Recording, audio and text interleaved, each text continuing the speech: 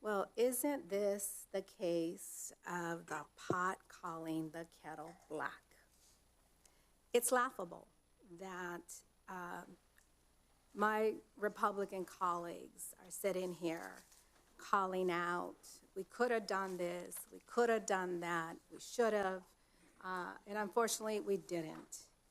The 115th Congress, Republican members, chairmen, decided to leave office with two black eyes. Two black eyes.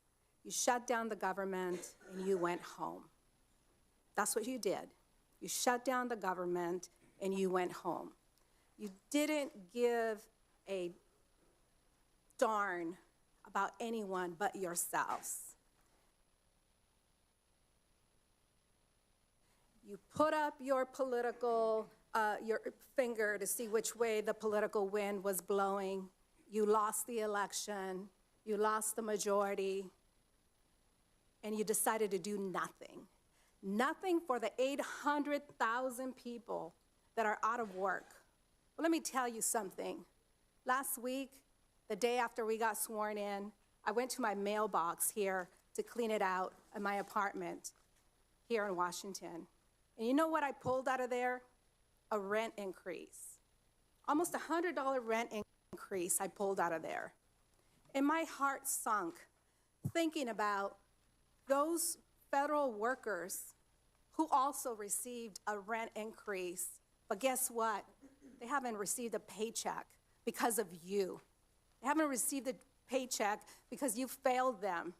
And now you're going to be failing your own constituents, continuing to fail them. You had an opportunity in September, you had an opportunity in December, you had an opportunity during the lame duck session. You chose to go home and do nothing. Do nothing. And now you sit here and complain. Well, I have many ideas on how we could have improved all of these bills too. But guess what? We didn't have an opportunity to debate any of that because you chose to not put up these bills for a vote. That was your choice. So unless you're willing to actually vote on something and put your name behind something, and you know, I want to thank my colleague here, at least he had the courage to sign the discharge petition to help protect dreamers. At least you did that. So thank you for doing that. But you know what? We were missing one more signature. One additional member with a backbone could have helped us bring some relief to DACA, but we couldn't find that among the members that left. So I am sorry that we are where we are today. We also had an opportunity to open up the government while we continue to negotiate until February. We chose not to go down that route either. Well, what is it going to take? What is it going to take to get us to open up the government, the federal government? That is our primary responsibility. As a former mayor, I didn't have a choice.